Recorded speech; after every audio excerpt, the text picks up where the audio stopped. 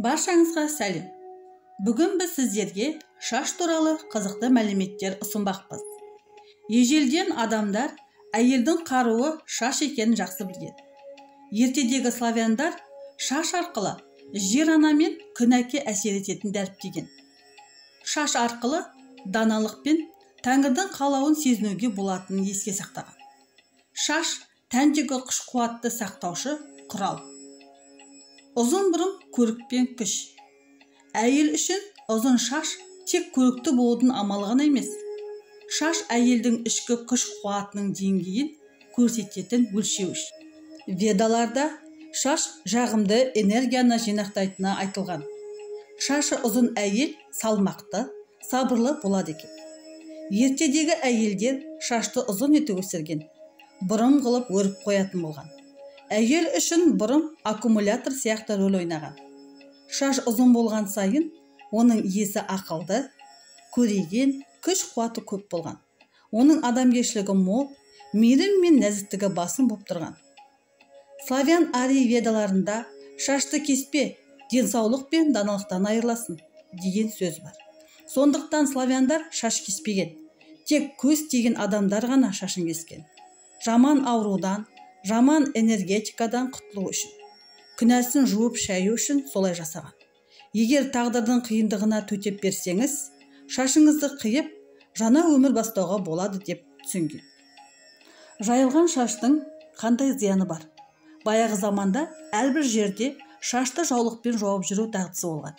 Отбасын өте нәзік энергетика деңгейінде сақтап, қорғау үшін солай жасалынған.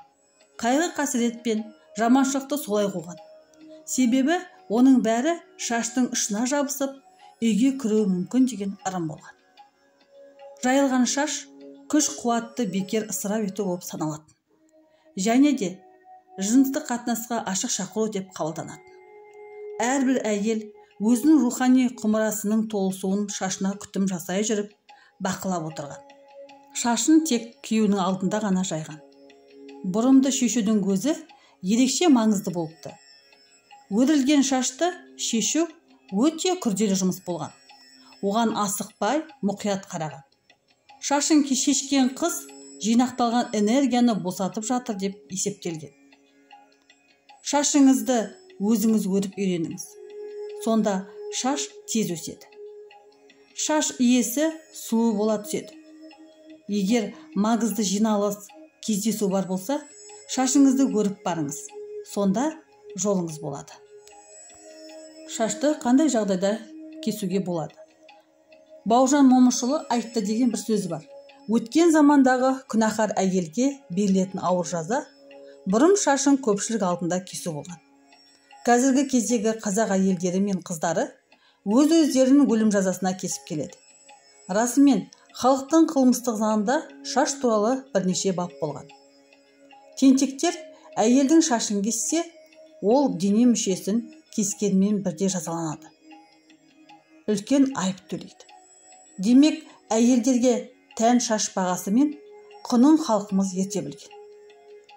Естеріңізде болса, Жанкент билеуші Санжар хан жалаға сеніп бегім сұлудың бұрымын кесіп, зынданға тастаған. Әйелдер о баста шашын қысқа қылып кеспеген. Бұл әйелді қуат қайнарынан аластау екен. Тек көз тиген адамдар ғана шашын кескен. Жаман аурудан, жаман энергетикадан құтылу үшін, күнәсін жуып шаю үшін солай жасаған. Егер тағдырдың қиындығына төтеп берсеңіз, шашыңызды қиып, жаңа өмір бастауға болады. Бұрынғы заманда дұшпан келген кезде ең бірінші бай манаптардың әйелін ұстап, шашын қиып тастаған. Әйелді күш-қуатынан айыру арқылы күйеуін әулетін жойған. Ал қазіргі уақытта әйелдер шаштарын қысқа қылып кеседі. Кескен сайын өзінің күш-қуатынан айырылатынын білмейді. Шама келсе, кекіл қоюдан аулақ болған жөн. Ертеде маңдайды жабатын шаш өмір жолын, адамның негізгі мақсатын жауып қалады деп есептелетін. Шаштың сыртқы саулығы көп нәрседен хабар береді. Әйелдің қуатының деңгейін, ішкі мүшелерінің саулығын, гормоналды тепе-теңдікті тіпті отбасылық кикілжің туралы да айтып бере алады. Шаш әйел үшін сыртқы, орта мен ақылының арасындағы көпір сияқты. Сондықтан шашты күтіп баптау бір қарағанға аскез. Ұйықтар алдында шаш тарау бүкіл жамандықтан құтылу. Сондықтан шашты мұқият, асықпай тараған абзал. Шаш тараған кезде жақсы нәрсені ойлап, жақсы ән салып тараған жөн.